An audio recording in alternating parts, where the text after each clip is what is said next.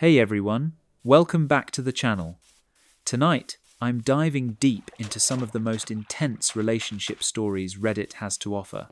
These aren't your typical feel-good romance tales, where everything works out perfectly in the end. Before we jump in, if you've been watching these videos for a while and haven't subscribed yet, I'd really appreciate it if you hit that button. It helps more than you know. Anyway, our first story comes from someone who discovered that blood isn't always thicker than water, and sometimes the people closest to you are the ones capable of the deepest betrayal. My sister has been secretly dating my husband behind my back for 8 months. I've been married to David for 4 years now, and I thought we had a solid relationship. Sure, we've had our ups and downs like any couple, but nothing that seemed insurmountable. We were trying for kids, had bought a house together last year, and were genuinely building what I thought was a life together. My sister Monica has always been the wild one in our family. She's 3 years younger than me, never been in a serious relationship, and has this habit of making impulsive decisions that usually end in chaos. But she's my sister, and despite her flaws, I've always been protective of her. When she moved to our city 6 months ago for a new job, David and I were excited to have her closer. We helped her find an apartment, invited her over for dinner regularly, and she became a fixture in our lives. About 8 months ago, I started noticing small changes in both David and Monica's behavior. David would get text messages at weird hours and step outside to take phone calls. Monica would cancel plans with me last minute, claiming work emergencies or sudden dates that she never wanted to talk about in detail. At first, I attributed David's secretiveness to work stress and Monica's flakiness to her usual chaotic lifestyle, but the changes became more pronounced over time. David started working late more frequently, sometimes not coming home until after midnight. When I'd ask about his day, he'd give vague responses and change the subject quickly. Monica, meanwhile, seemed to have developed an entirely new wardrobe and was always perfectly put together whenever I saw her, which was unusual for someone who used to live in yoga pants and messy buns. The weird coincidences started piling up around 3 months ago. David would mention grabbing lunch at a specific restaurant downtown, and later that day, Monica would post an Instagram story from the same place. They'd both be mysteriously unavailable during the same time windows. When I'd try to reach David during his supposed work meetings, his colleagues would tell me he'd left early. Monica started mentioning things about my marriage that I'd never told her, little details about David's habits or preferences that she shouldn't have known. 2 months ago, things got really strange. David forgot our anniversary dinner because he said he had to work late on an urgent project. When I called his office, his assistant told me he'd left at 3 in the afternoon. That same night, Monica posted a photo on social media from an expensive restaurant across town, but quickly deleted it. When I asked her about it the next day, she claimed she'd been home sick with a migraine. Last month, I found a receipt in David's pocket for lingerie from a boutique I'd never shopped at. When I confronted him about it, he claimed it was a surprise for me that he was planning to give me later. But the receipt was dated 2 weeks prior, and the sizes were wrong for me. They were Monica's exact measurements, which I knew because we'd shared clothes growing up. 3 weeks ago, I discovered that David had been paying for Monica's gym membership at an expensive fitness club across town. When I asked him about it, he said Monica was going through a tough financial time and he wanted to help family. But Monica had recently gotten a significant promotion and pay raise at work, which she'd been bragging about to our parents. Last week, everything came crashing down. I was supposed to work late, but my client meeting got cancelled at the last minute. Instead of calling David to let him know I'd be home early, I decided to surprise him with his favourite takeout dinner. I used my key to enter quietly, planning to sneak up on him. But as I walked through our front door, I could hear voices upstairs in our bedroom, David's voice, and, unmistakably, Monica's voice. I stood frozen in our foyer, listening to my husband and my sister talking intimately in our marital bedroom. They were discussing their weekend plans, talking about how much they missed each other during the week, and making jokes about inside situations I wasn't part of. The conversation was clearly between two people who knew each other very well, who had established routines and shared experiences. I crept up the stairs, my heart pounding so hard I was sure they'd hear it. The bedroom door was slightly ajar, and through the gap I could see them. Monica was wearing one of my robes, sitting on my side of the bed. David was lying next to her, his head in her lap, while she ran her fingers through his hair. The scene was so domestic, so intimate, that it took my breath away. They were talking about me. Monica was saying how guilty she felt sometimes, but that she couldn't help how she felt about David. David was reassuring her, telling her that what they had was real, and that he'd never felt this way about anyone before, not even me. He said I was a good person, but that Monica understood him in ways I never could. Monica agreed, saying that she'd always known David was perfect for her from the moment she met him, even before he married me. That's when I realized this hadn't started 8 months ago when she moved to town. This had been going on much longer. They'd been emotionally involved, possibly physically involved, since before Monica moved here. Maybe even since David and I got married. I backed down the stairs as quietly as I could and left the house. I sat in my car in a parking lot for 2 hours, trying to process what I'd just witnessed. My husband and my sister weren't just having an affair. They were in love.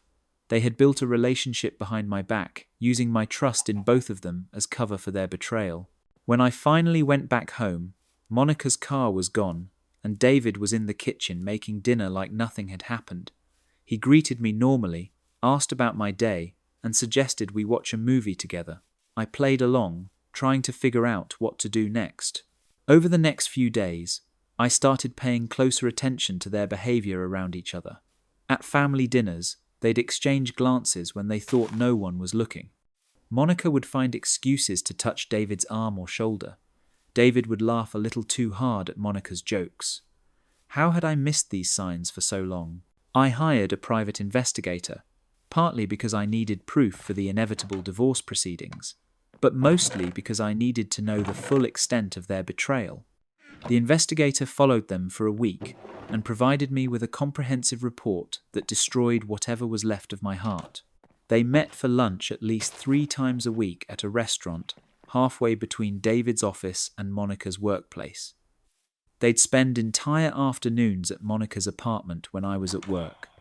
David had been taking vacation days that he'd never mentioned to me, spending them with Monica. They'd gone on weekend trips together, telling me that David was visiting his college friend in another state while Monica claimed she was going to spa retreats with co-workers. The most devastating discovery was that they'd been apartment hunting together. They'd put a deposit down on a place and were planning to move in together after David left me. The investigator had photos of them at real estate appointments, holding hands, looking at the space like a couple planning their future. I also learned that Monica had been telling her co-workers about her boyfriend for months, describing someone who sounded exactly like David. She'd shown them photos that she claimed were of her new man, but the photos were of David, my David. At family gatherings, Monica had been dropping hints to our parents about being serious with someone, but being secretive about who it was because the situation was complicated. Last Tuesday, I confronted them both. I invited Monica over for dinner, telling her I wanted to have a sisters' night since David would be working late. But I asked David to come home early without telling Monica. When David walked into our living room and found Monica there, both of their faces went white. They knew they'd been caught. I didn't yell or scream. I just asked them to tell me how long this had been going on. At first, they tried to deny everything, claiming they were just friends and that I was misinterpreting innocent interactions. But when I showed them some of the photos the investigator had taken, they realized there was no point in lying anymore. The truth was worse than I'd imagined. Monica told me she'd had feelings for David since the day I brought him home to meet the family, 3 months before he proposed to me. She'd kept those feelings to herself, thinking they would fade after we got married, but they didn't.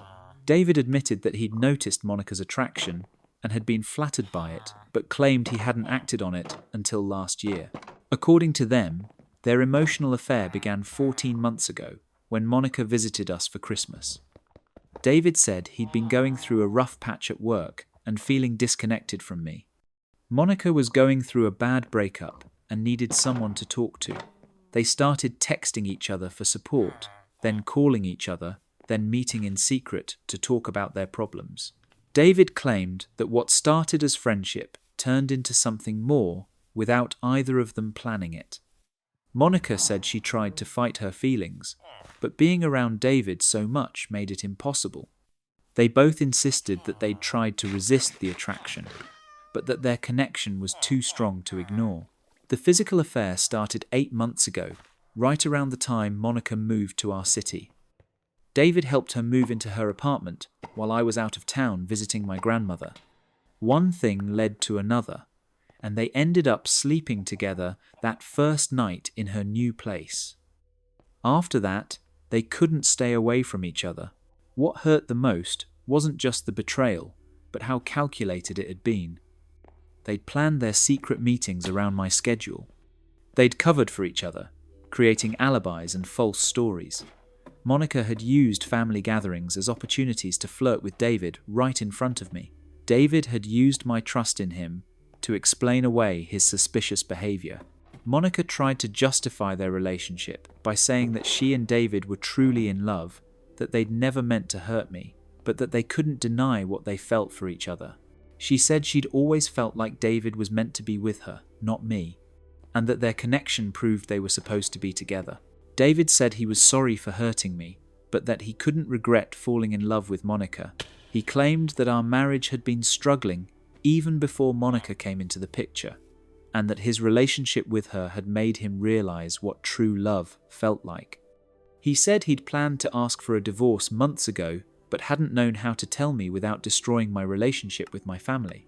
I asked them if they were planning to stay together after this, and they both said yes. Monica showed me the ring David had bought her, a ring that looked suspiciously similar to my engagement ring, but with a larger stone. David told me they'd already planned to move in together, and were hoping to get married after our divorce was finalized. The betrayal felt infinite. It wasn't just that my husband had cheated on me, or that my sister had stolen my husband. It was that they'd built an entire relationship in the shadows of my life, using my love and trust as camouflage for their affair. Every family dinner, every casual conversation, every moment of apparent normalcy had been a lie. I filed for divorce the next day. David didn't contest it and agreed to give me the house and most of our shared assets. I think he felt guilty enough to want to make the financial separation as easy as possible. Monica tried to reach out to me several times, wanting to explain herself and salvage our relationship, but I blocked her number and told my parents I needed space from her. The hardest part has been watching my family react to the news. My parents are devastated, not just because of my divorce, but because of what Monica did. They feel like they failed as parents somehow, raising 2 daughters where one would betray the other so completely. My extended family has basically split into camps, some supporting me and others trying to remain neutral because they don't want to choose sides. Monica and David moved in together last month.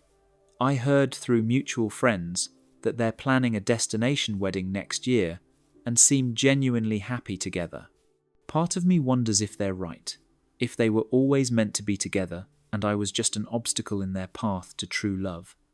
But mostly, I feel like I never really knew either of them at all. The worst part is that I miss them both. I miss my sister, despite everything she did to me, and I miss the man I thought David was, even though I'm starting to realize that person never really existed. I feel like I lost my husband, my sister, and my understanding of my own life all at once. That's the end of that story. The level of calculation and long-term deception here is staggering, turning what should have been family love into a full-scale conspiracy. Sometimes, the people who know you best are exactly the ones capable of hurting you most. Moving on to our next tale, which shows that sometimes special occasions become the stage for the most devastating revelations about where you actually stand in someone's priorities. My fiancé chose his ex-girlfriend as his best man, and expected me to be okay with it. I've been engaged to Marcus for 7 months now, and our wedding is planned for this spring. We've been together for 2 years, and I thought I knew everything about his past relationships and friendships. Marcus has always been upfront about maintaining friendships with his exes, which I've always respected because it seemed mature and healthy. Marcus dated this woman named Veronica for 3 years in college. They broke up about 4 years ago when they went to graduate school in different states, but they've remained close friends ever since.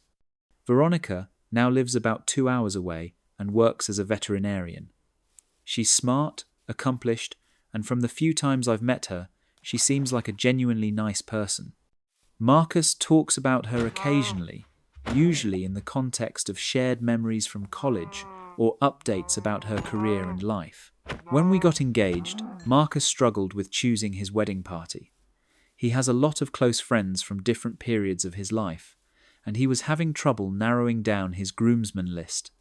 He'd go back and forth between college friends, work colleagues, and childhood buddies, trying to figure out who should stand with him on our wedding day. 3 weeks ago, Marcus told me he'd finally made his decision about his best man. I was expecting him to choose his college roommate Jake, who'd been his closest friend for years, or maybe his brother, who'd always been important to him. Instead, Marcus told me he wanted Veronica to be his best man.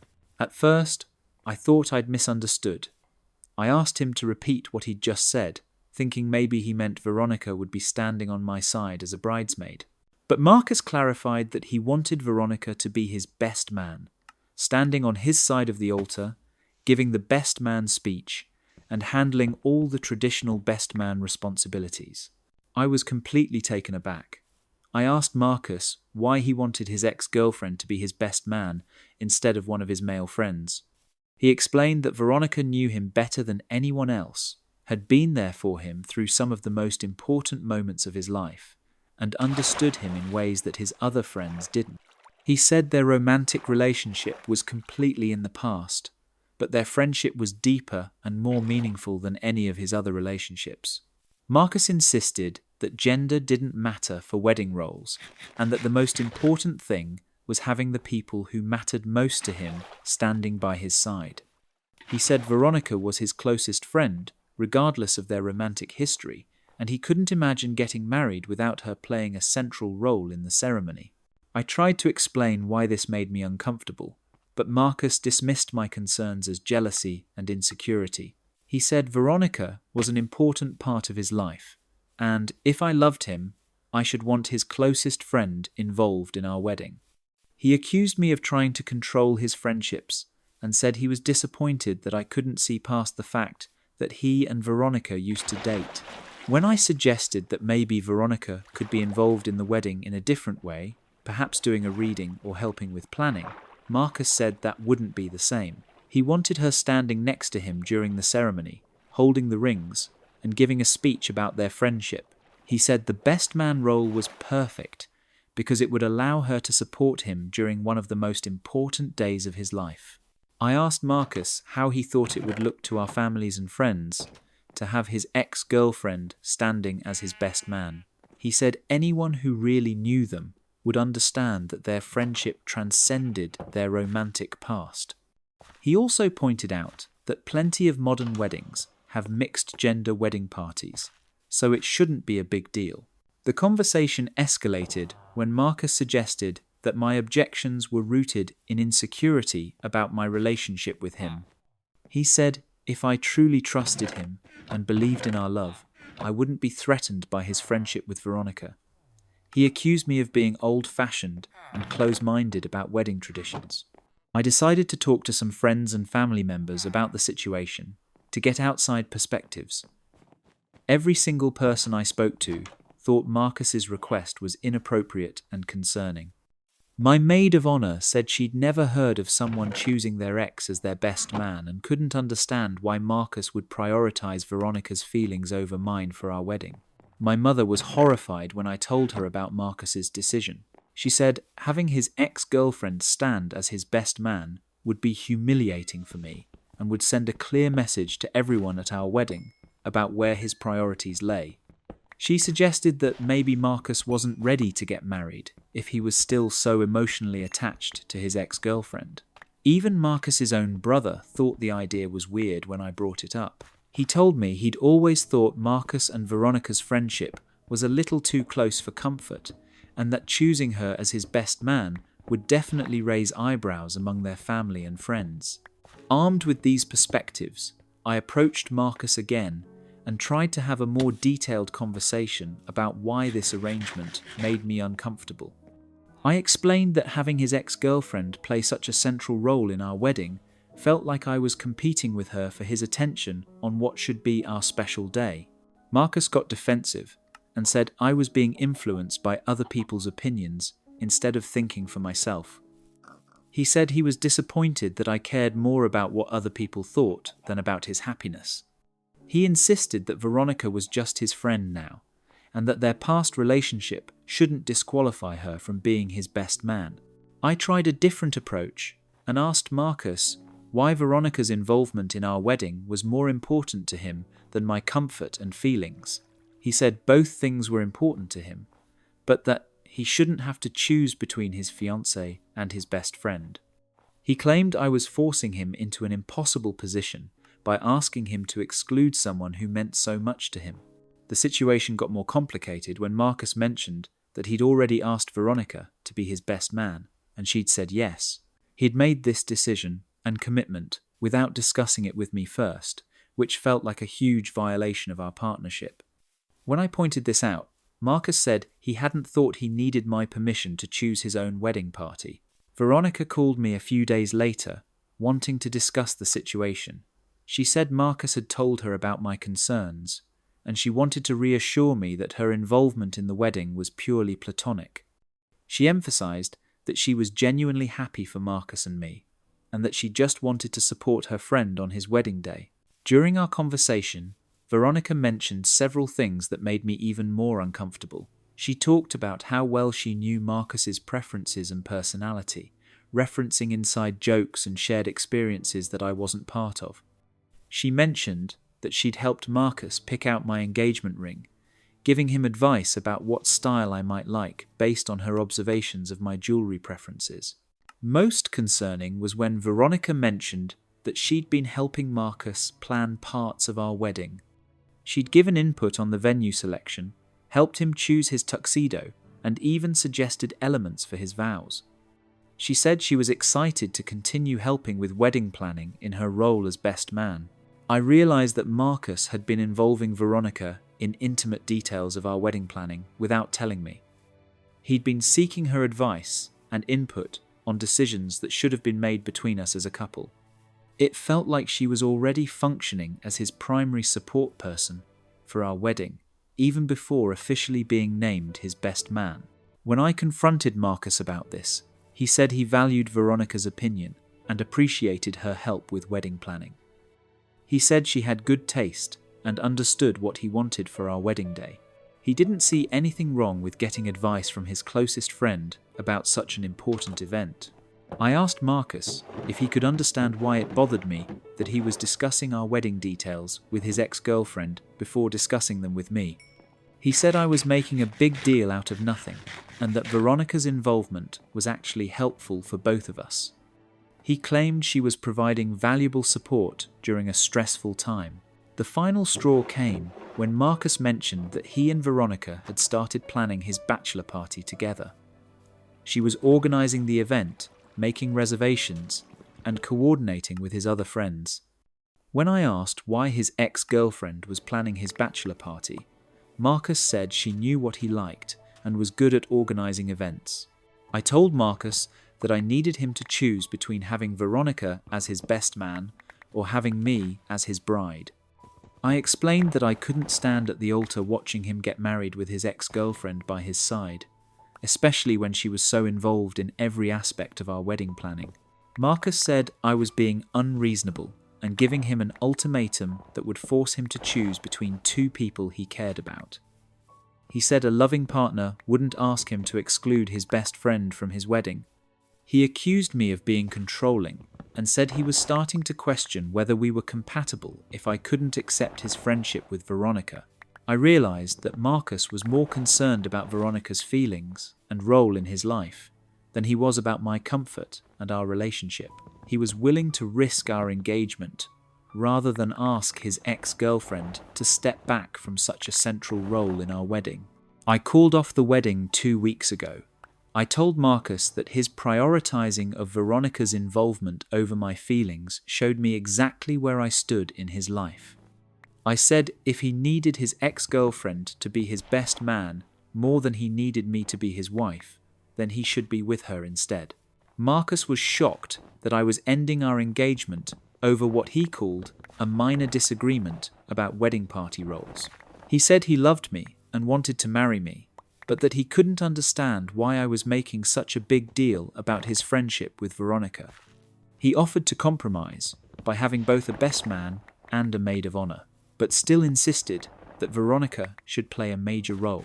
After our breakup, I learned from mutual friends that Marcus and Veronica had been in much more frequent contact than he'd let on. They texted daily, called each other multiple times a week, and got together whenever she was in town. Several people mentioned that they'd always wondered if Marcus and Veronica were still romantic, given how close they remained. Marcus has been trying to win me back for the past 2 weeks, saying he realizes now that his friendship with Veronica crossed boundaries that made me uncomfortable. He claims he's willing to set limits on their relationship and find a different role for her in our wedding. But the damage has been done. I can't marry someone who needed to lose me to understand that his ex-girlfriend shouldn't be more important than his fiancée. I found out last week that Marcus and Veronica have been spending a lot of time together since our breakup. According to mutual friends, she's been supporting him through our broken engagement, and they've been seen together frequently. Part of me wonders if this was what they both wanted all along, and our engagement was just an obstacle to their reunion. That's the end of that story. Wanting your ex-girlfriend as your best man isn't about modern wedding traditions. It's about not being over someone and prioritizing their feelings above your future spouse's comfort. The fact that she was already deeply involved in their wedding planning shows this had been going on behind the scenes for months.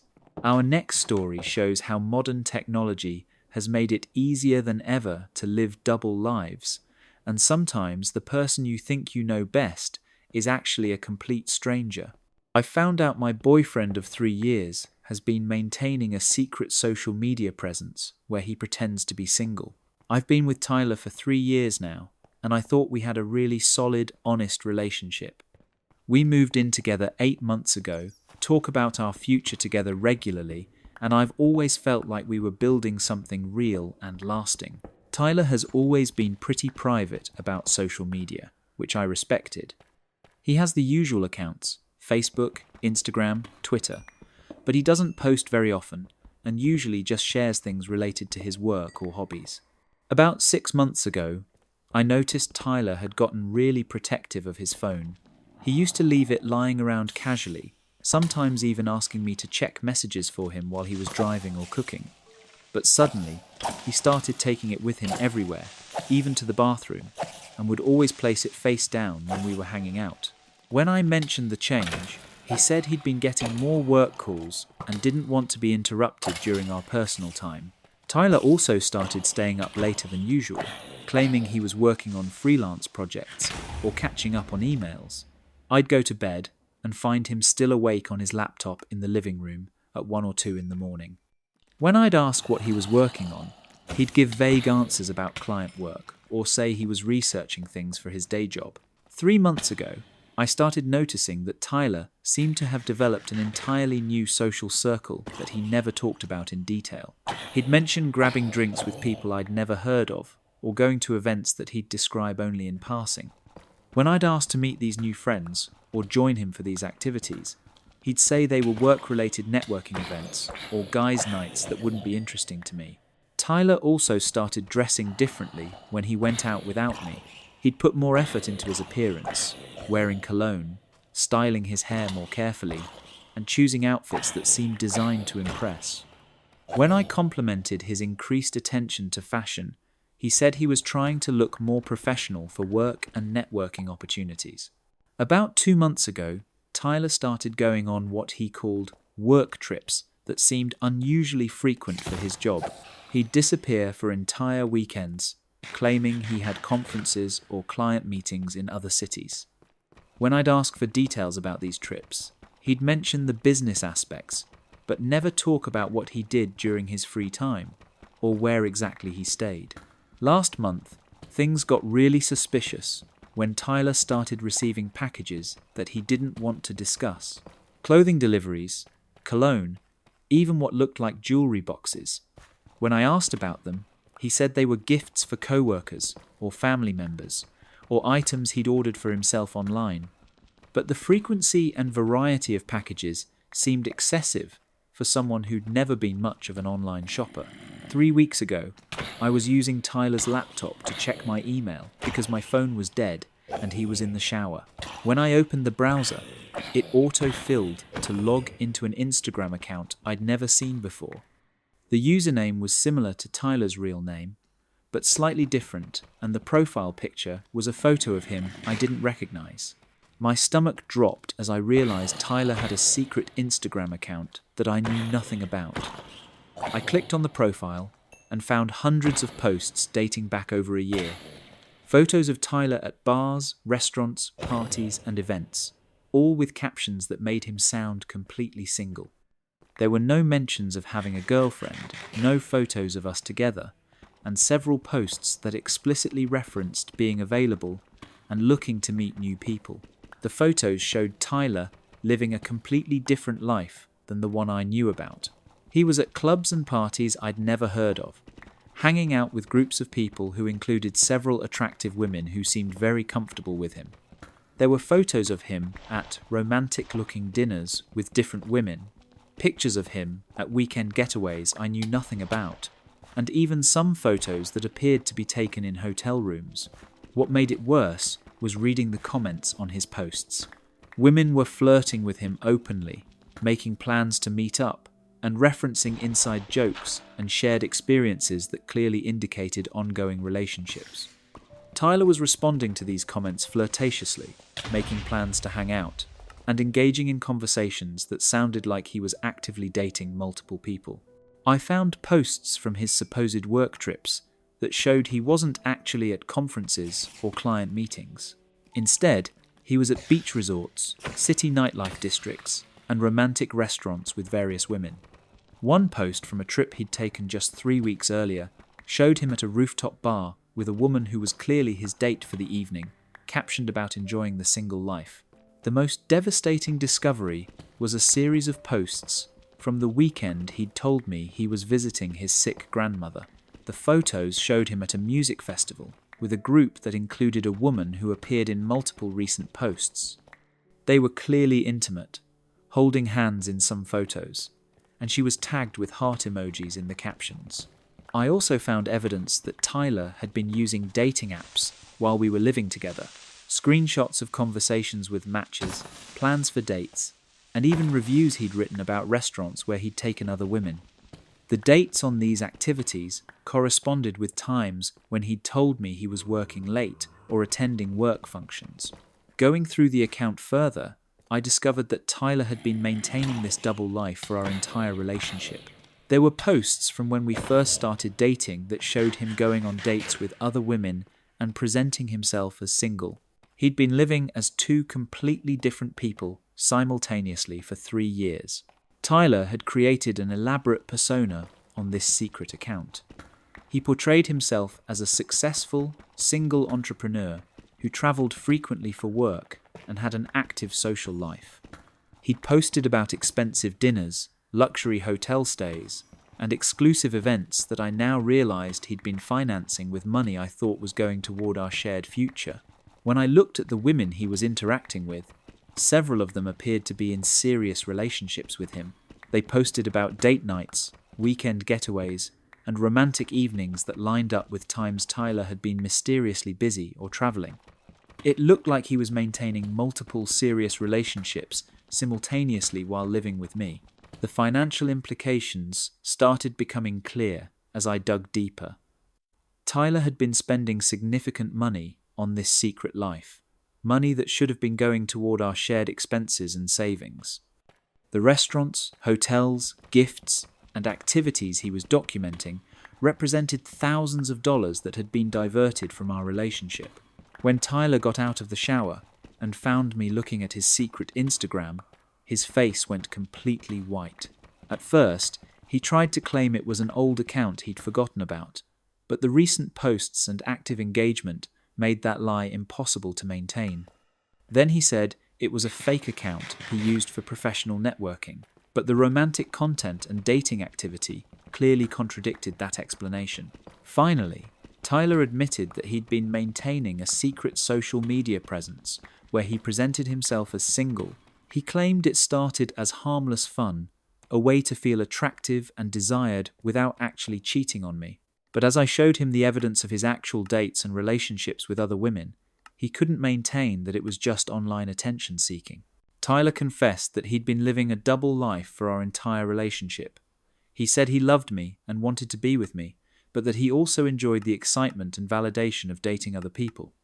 He claimed he'd planned to stop eventually, but that he'd gotten caught up in the lifestyle and didn't know how to extract himself without hurting the other women he was involved with. The scope of his betrayal was staggering. Tyler had been in serious relationships with at least 3 other women while living with me. One woman thought they were exclusive and had been planning to move in with him. Another had been told that Tyler was waiting for the right time to introduce her to his family. A third had been led to believe they were working toward engagement. Tyler had been using our shared apartment as his home base, while conducting these other relationships at hotels, their apartments, and during his fake work trips. He'd been rotating between different women on different nights of the week, maintaining separate text conversations, social media interactions, and emotional connections with each of them. When I asked how he'd managed to keep all these relationships secret, Tyler explained that he'd compartmentalized his life completely. He used different phone numbers, email addresses, and social media accounts for different relationships.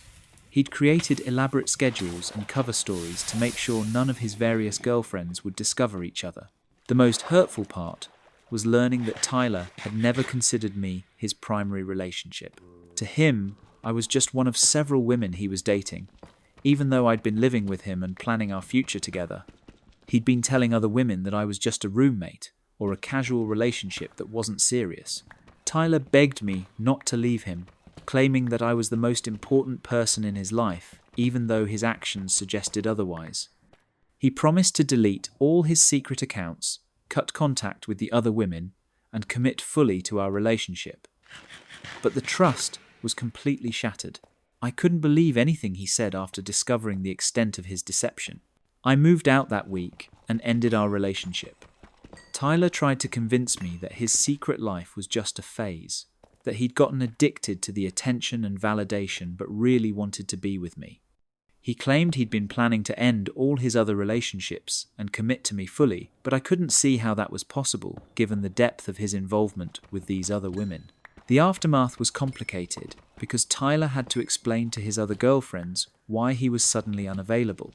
I found out through mutual friends that at least 2 of them had no idea he was in any other relationships and were devastated to learn about his deception. One of them reached out to me, and we compared notes about his lies and manipulation. Tyler had been living like a single man for 3 years while keeping me as his stable home base. He'd used our relationship as cover for his lifestyle, while denying me the honesty and commitment I thought we shared. The financial, emotional, and time investments he'd made in other relationships showed me that I'd never been his priority, despite living together and planning our future. That's the end of that story. The level of compartmentalization required to maintain multiple serious relationships while using their shared apartment as home base is mind-boggling. Social media made it possible for him to live as a completely different person whenever he wanted to. Our next tale proves that sometimes the people we trust to have our backs are actually the ones holding the knife. My maid of honor has been sabotaging my wedding planning and trying to steal my fiancé. I've been best friends with Jessica since college, and when I got engaged to Alex 8 months ago, Asking her to be my maid of honor was a no-brainer. Jessica has always been the organized one in our friendship, someone I could count on to handle details and logistics. I thought having her help plan my wedding would be perfect, since she's so good at managing events and keeping track of everything. Jessica seemed thrilled when I asked her to be my maid of honor. She immediately started talking about all the things she wanted to help with and how excited she was to make my wedding day perfect. She offered to take on major responsibilities like coordinating with vendors, organizing the bachelorette party, and helping me stay on schedule with all the planning tasks. The first few months of wedding planning went smoothly. Jessica was incredibly helpful, making lists, setting up appointments, and even offering to come with me to try on dresses and sample catering options. She seemed genuinely invested in making sure everything would be beautiful and well organized for my big day. About 4 months ago, I started noticing that some of my wedding plans weren't working out the way Jessica and I had discussed. The photographer I'd been excited to book suddenly raised their prices significantly and said they had a scheduling conflict. The venue I'd fallen in love with called to say they'd made an error and weren't actually available on my wedding date. The florist, who'd given me a reasonable quote, suddenly claimed they'd been mistaken about their pricing. At first, I thought these were just normal wedding planning complications. Jessica was sympathetic and supportive, immediately jumping in to help find alternatives. She'd research new photographers, contact different venues, and spend hours helping me solve these problems. I was grateful to have such a dedicated maid of honor helping me navigate these challenges. But I started to notice that many of Jessica's suggested alternatives weren't quite right for what Alex and I wanted. The photographers she recommended were either much more expensive or had styles that didn't match our vision. The venues she found were either too small, too far away, or significantly over our budget. The vendors she suggested often had availability issues or requirements that didn't work for our timeline. 3 months ago, Jessica offered to take over more of the communication with vendors to help reduce my stress. She said she could handle the back and forth emails, phone calls, and scheduling so I could focus on other aspects of the wedding. Since she'd been so helpful already, I agreed and gave her my login information for wedding planning websites and my contact list for all the vendors we were working with. Around the same time, I started noticing that Jessica was spending a lot more time with Alex than usual. She'd suggest that all 3 of us hang out together more often, and she'd find excuses to stop by our apartment when she knew Alex would be home. She'd text him directly about wedding-related questions instead of going through me, claiming it was more efficient to get his input directly. Jessica also started making comments about my relationship with Alex that seemed designed to plant seeds of doubt. She'd mention how stressed Alex seemed about the wedding planning, suggest that maybe we were rushing into marriage, or point out small disagreements between us as signs of incompatibility. When I'd dismiss these concerns, she'd say she was just looking out for me as my best friend. 2 months ago, I discovered that several of my original vendor choices hadn't actually fallen through due to scheduling conflicts or pricing changes. I called the photographer directly to ask about potentially rebooking them, and they were confused about why I thought they weren't available.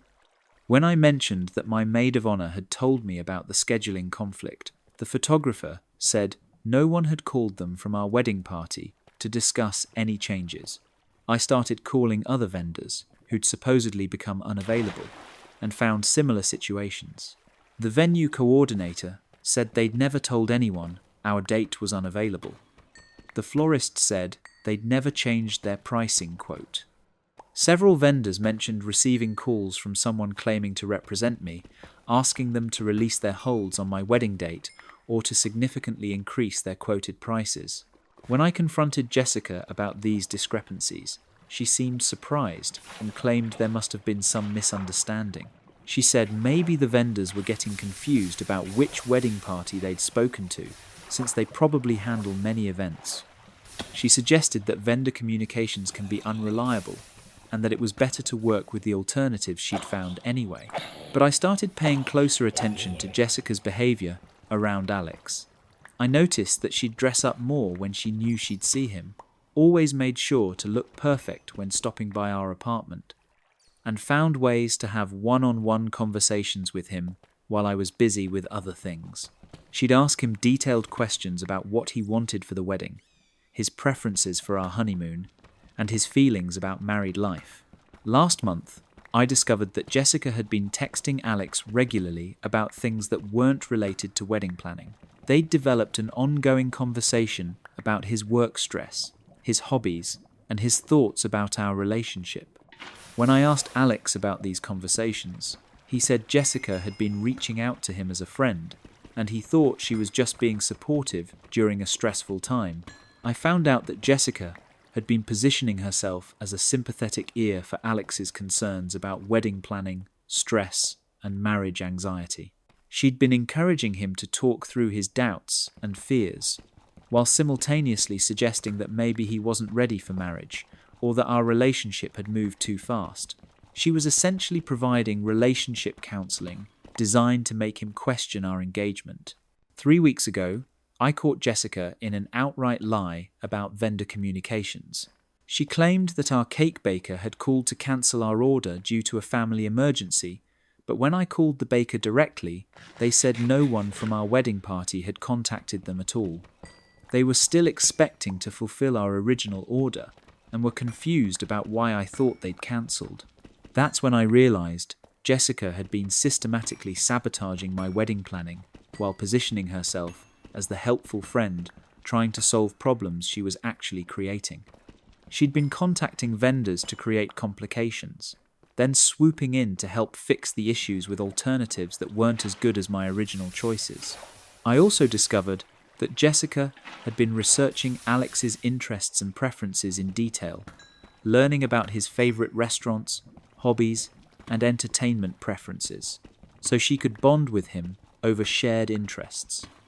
She'd been creating opportunities to spend time with him by suggesting activities she knew he'd enjoy, while framing these interactions as wedding planning or friendship maintenance. 2 weeks ago, everything came to a head when I found text messages between Jessica and Alex that crossed clear boundaries. She'd been telling him how much she admired him, how lucky I was to have him, and how she wished she could find someone like him. Alex had been responding politely, but hadn't shut down her inappropriate comments the way I would have expected. In one particularly damaging conversation, Jessica had told Alex that she was concerned about whether I was really ready for marriage. She'd suggested that I seemed overwhelmed by wedding planning and might be having second thoughts about our relationship. She'd positioned herself as someone who understood him better than I did and who could provide the emotional support he needed during this stressful time. When I confronted Jessica about these text messages, she initially denied that they were inappropriate. She claimed she was just being a supportive friend to both of us and trying to help Alex work through his pre-wedding anxiety. But when I pointed out specific flirtatious comments and boundary-crossing suggestions, she admitted that she'd developed feelings for Alex over the course of our engagement. Jessica confessed that she'd been in love with Alex since shortly after we started dating, but had kept her feelings to herself because she didn't want to interfere with our relationship. However, being so involved in our wedding planning had made her realize how much she wished she was marrying Alex instead of watching me marry him. She claimed that her sabotage of our wedding planning wasn't intentional, but rather subconscious, self-protective behavior. She said she'd been creating problems without realizing it, because part of her didn't want our wedding to happen. But the evidence of her deliberate vendor manipulation and strategic positioning with Alex showed that her interference was much more calculated than she was admitting. Jessica tried to justify her behavior by saying that Alex had been responding positively to her attention and that maybe he was having doubts about our relationship too. She suggested that if Alex was truly committed to me, he wouldn't have been so receptive to her emotional support and friendship. She implied that perhaps our relationship wasn't as solid as I thought if Alex was turning to her for comfort. When I asked Jessica if she wanted Alex for herself, she admitted that she did. She said she'd always thought they were more compatible than Alex and I were, and that being involved in our wedding planning had confirmed her belief that she understood Alex better than I did. She claimed that her feelings for Alex had grown stronger as she'd gotten to know him better through the wedding planning process. I immediately removed Jessica as my maid of honor and ended our friendship. She begged me to reconsider, claiming that she could control her feelings and continue helping with the wedding if I'd just give her another chance. She said she'd been confused and overwhelmed by her emotions, but that she really did want to support our marriage.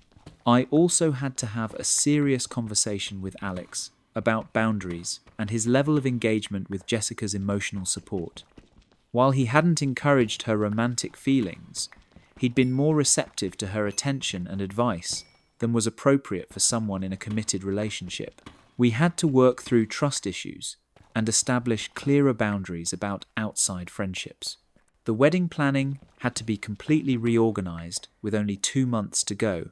I had to reach out to my original vendor choices, many of whom were still available despite Jessica's claims. I ended up with a smaller, simpler wedding than I'd originally planned, but it was honest and authentic in a way that Jessica's manipulated version never would have been. Jessica tried to reach out several times after I ended our friendship, claiming she wanted to make amends and support my marriage, but I realized that someone who would sabotage my wedding planning while pretending to be my best friend wasn't someone I could ever trust again. Her behavior showed a level of calculation and betrayal that went far beyond confused emotions. Alex and I did get married, and our relationship is stronger now that we've worked through the trust and boundary issues that Jessica's interference created. But losing my best friend and maid of honor so close to my wedding was devastating, and I still struggle with trusting people who offer to help with important life events. That's the end of that story. Using the trusted position of maid of honor to systematically sabotage someone's wedding while trying to steal their fiancé is a level of betrayal that's hard to comprehend. The fact that she was creating problems just so she could swoop in and solve them shows how calculated the whole scheme was. Our fifth story reveals how some people use academic or professional relationships as cover for pursuing much more personal agendas. My study group partner has been making moves on me and manipulating our academic work to spend more time together. I'm a graduate student in biochemistry, and my program is incredibly demanding. Between coursework, research responsibilities, and thesis work, I barely have time for a social life, let alone dating. So, when I was assigned to work with Jordan on a semester-long research project, I was focused purely on the academic collaboration. Jordan is a fellow graduate student in my program, about 2 years ahead of me, with an excellent reputation for producing high-quality research. When our professor paired us for this project, I was thrilled because Jordan's experience and skills would be valuable for the complex analysis we needed to complete. I thought having such a competent partner would make the semester more manageable. The first few weeks of our collaboration went smoothly. Jordan was knowledgeable, helpful, and seemed genuinely committed to producing excellent work. We'd meet twice a week to review our progress, divide up tasks, and discuss our findings. Jordan was always prepared, offered useful insights, and seemed to take our academic partnership seriously. About a month into our collaboration, Jordan started suggesting that we meet more frequently than necessary. Instead of our usual twice-weekly sessions, Jordan would propose additional meetings to discuss minor details that could have been handled via email. When I'd suggest that certain conversations didn't require in-person meetings, Jordan would insist that face-to-face discussion was more productive for complex academic work. Jordan also began suggesting that we work in locations that felt more social than academic. Instead of meeting in the library or lab spaces, Jordan would propose coffee shops, restaurants, or even Jordan's apartment for our work sessions. When I'd suggest sticking to campus locations, Jordan would claim that the alternative venues were quieter or had better Wi-Fi for our research needs. Around the same time, Jordan started incorporating personal conversation into our work sessions. What began as casual small talk about our respective research interests gradually evolved into detailed discussions about our personal lives, family backgrounds, and future career goals. Jordan would ask increasingly personal questions about my relationships, living situation, and social activities. I started noticing that Jordan would dress up more for our meetings than seemed necessary for academic work. Jordan would arrive at our sessions looking polished and put together, often commenting on my appearance or suggesting that I looked nice. When I'd show up in casual study clothes, Jordan would make jokes about how I was too dressed down for our important collaboration. About 6 weeks into our project, Jordan started suggesting that we work late into the evening, often proposing dinner meetings or study sessions that would extend past normal hours. Jordan would frame these suggestions as necessary for meeting our deadlines, but I noticed that we weren't actually behind schedule on our work.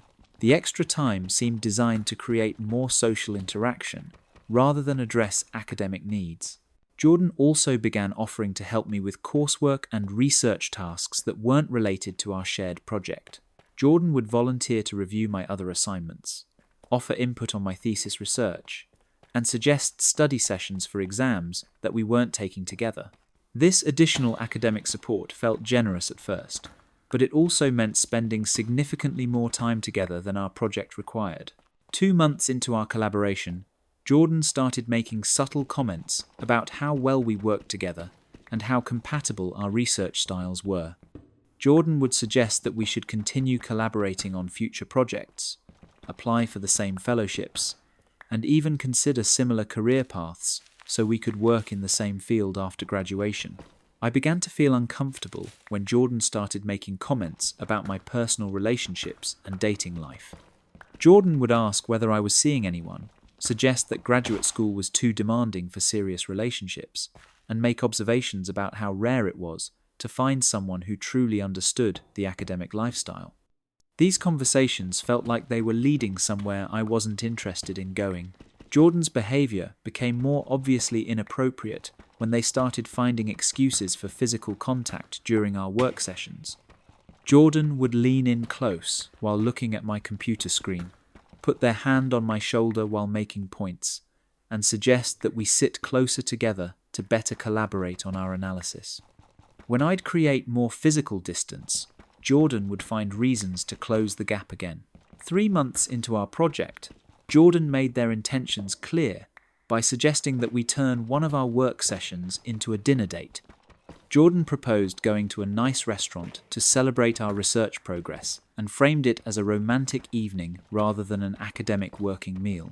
When I declined and suggested we stick to our usual meeting format, Jordan seemed disappointed, but said they understood.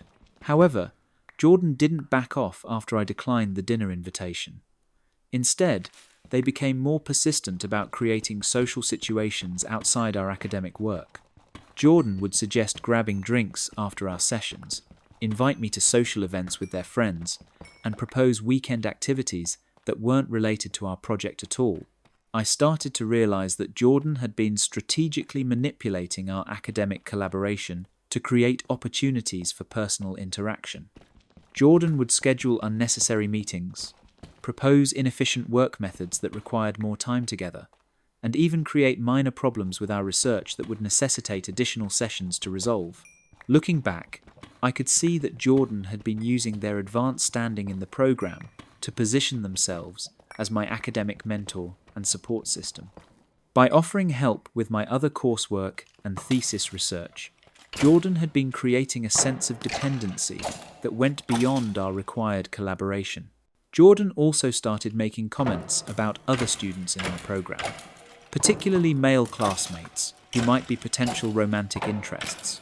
Jordan would suggest that certain guys weren't serious about their academic work, question their intellectual capabilities, or imply that they weren't good matches for someone with my research focus and career ambitions.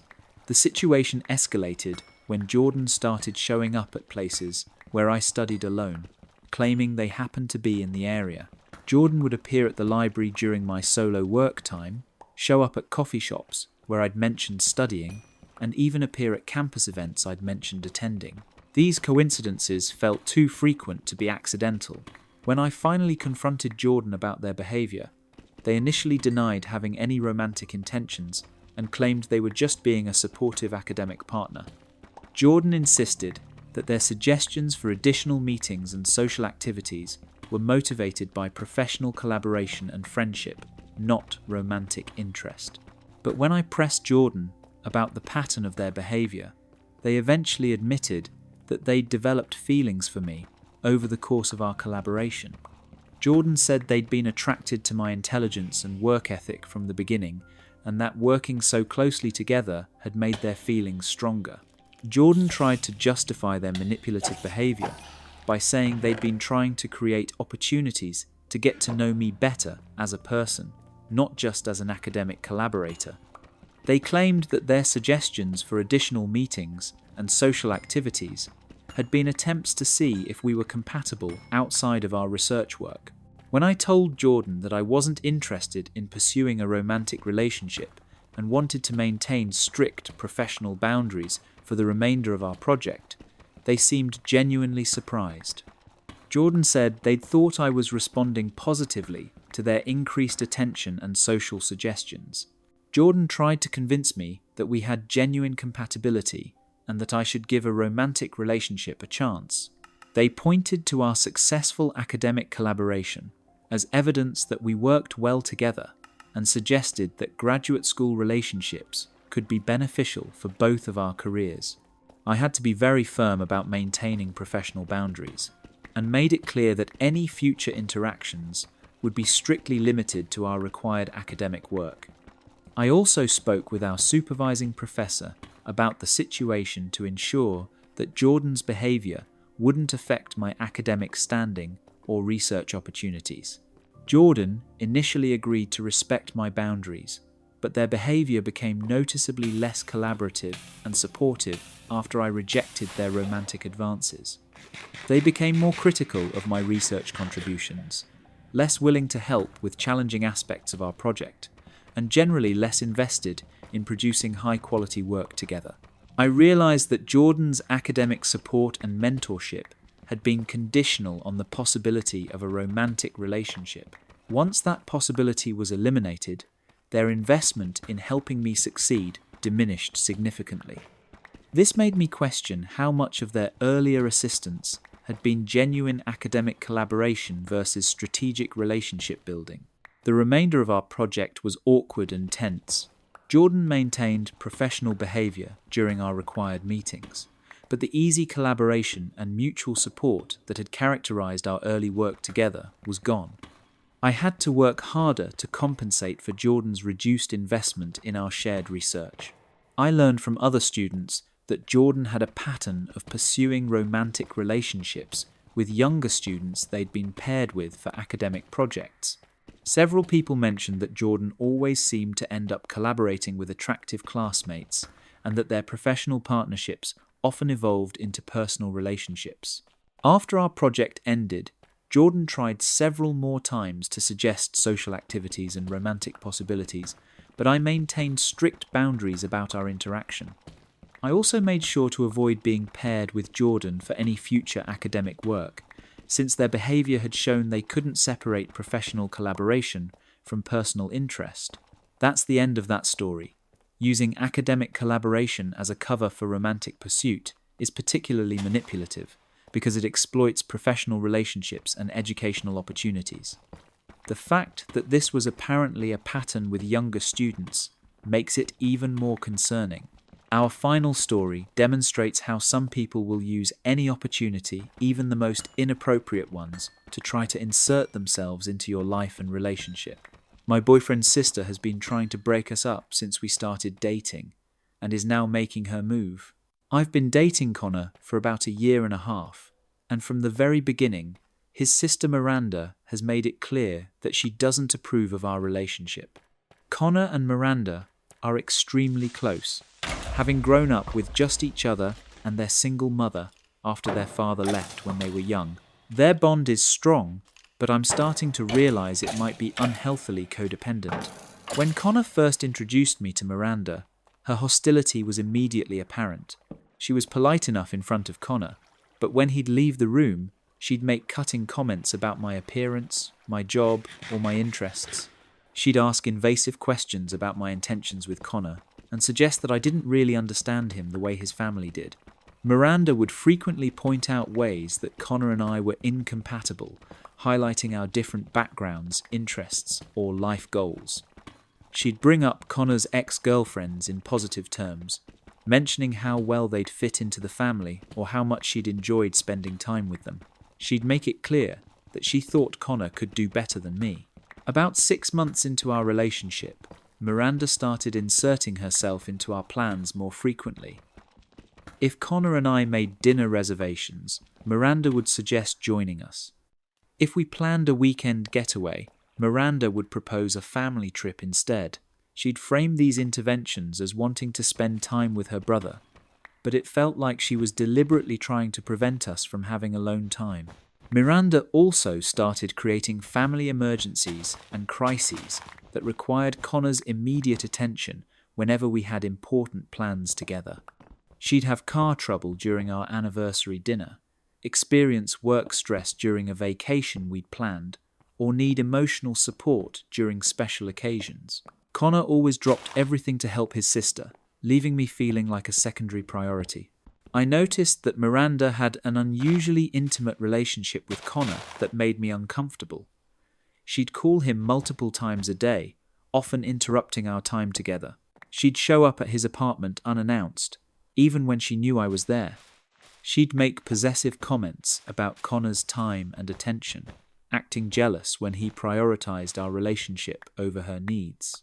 Miranda would also share inappropriate details about Connor's personal life, including information about his past relationships, his emotional struggles, and his private thoughts about our relationship. She'd position herself as the expert on Connor's needs and preferences, suggesting that she knew him better than I ever could as his girlfriend. 8 months into our relationship, Miranda started being more overtly hostile toward me. She'd make sarcastic comments about my contributions to conversations, dismiss my opinions during family gatherings, and exclude me from family activities and inside jokes. She'd treat me like an outsider who was temporarily disrupting their family dynamic. Connor seemed oblivious to his sister's behavior, or at least unwilling to acknowledge it. When I'd bring up specific incidents of Miranda's rudeness or hostility, Connor would defend her and suggest that I was misinterpreting her intentions. He'd say that Miranda was just protective of him and needed time to warm up to me. 6 months ago, Miranda's interference escalated significantly. She started calling Connor with urgent requests and emotional crises, specifically during our important moments together. She'd have a panic attack during our first vacation, need immediate help moving furniture during my birthday celebration, or require emotional support during romantic evenings Connor had planned for us. Miranda also began positioning herself as Connor's primary emotional support system, encouraging him to share his relationship concerns and doubts with her, instead of working through them with me. She'd offer advice about our relationship that always seemed designed to create distance between us, rather than help us resolve our issues. I discovered that Miranda had been researching my social media profiles, my work history, and my personal background in detail. She'd bring up information about my past that she couldn't have known unless she'd been actively investigating my life. She'd use this information to make subtle digs about my character or my suitability for Connor.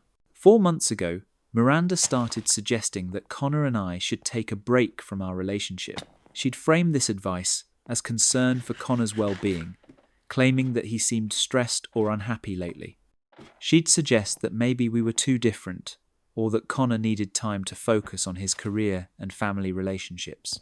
Miranda also began proposing activities and trips that would separate Connor and me for extended periods. She'd suggest brother-sister vacations, family obligations that required Connor's exclusive attention, or work opportunities that would take him away from our relationship. She'd always framed these suggestions as being in Connor's best interest. 3 months ago, I realized that Miranda had been actively sabotaging plans Connor and I made together. She'd call restaurants to cancel our reservations, contact venues to change our bookings, or schedule family events that conflicted with our important dates. When these plans would fall through, she'd be the first to comfort Connor and suggest alternative activities that included her. Miranda started making increasingly obvious moves toward being the primary woman in Connor's life. She'd buy him clothes and suggest that his style needed updating, redecorate his apartment without permission, and even start doing his laundry and cooking for him regularly. She was essentially taking over girlfriend responsibilities while positioning me as unnecessary. 2 months ago, Miranda crossed a major line by telling Connor that she'd seen me with another man in a situation that suggested I was cheating on him. This was completely fabricated, but Miranda provided enough specific details to make her story believable. Connor confronted me about this alleged infidelity, and I had to work hard to prove that Miranda's story was false. When Connor realized that Miranda had lied about me cheating, he was briefly upset with his sister, but Miranda claimed that she'd been mistaken rather than deliberately deceptive, and Connor accepted her explanation. She apologized for the misunderstanding, but suggested that her protective instincts had made her suspicious of situations that were probably innocent. Last month, Miranda made her most direct move yet. She told Connor that she'd been thinking about our family dynamic and had realized that she was in love with him, not as a sister, but romantically. She claimed that their close relationship had evolved into romantic feelings that she could no longer ignore. Miranda told Connor that she thought they were soulmates who understood each other in ways that outside romantic partners never could. She suggested that their shared history, emotional intimacy, and family bond made them perfect for each other, romantically. She said she'd been fighting these feelings for years, but couldn't deny them anymore. Connor was horrified by Miranda's confession and immediately rejected her romantic advances. He told her that he loved her as a sister, but could never see her romantically, and that her feelings were inappropriate and concerning. He suggested that she needed to speak with a therapist about these emotions and create more boundaries in their relationship. But Miranda didn't accept Connor's rejection. She started arguing that their connection was deeper than typical family relationships, and that society's rules about sibling relationships didn't apply to their unique situation. She claimed that Connor was just conditioned to think their love was wrong, but that he'd realize their compatibility if he gave their romantic relationship a chance. Miranda became increasingly desperate and manipulative after Connor rejected her advances. She threatened to hurt herself if Connor didn't take her feelings seriously, claimed that she couldn't live without his romantic love, and suggested that no other woman would ever understand him the way she did. Connor finally realized the extent of Miranda's unhealthy obsession with him and our relationship.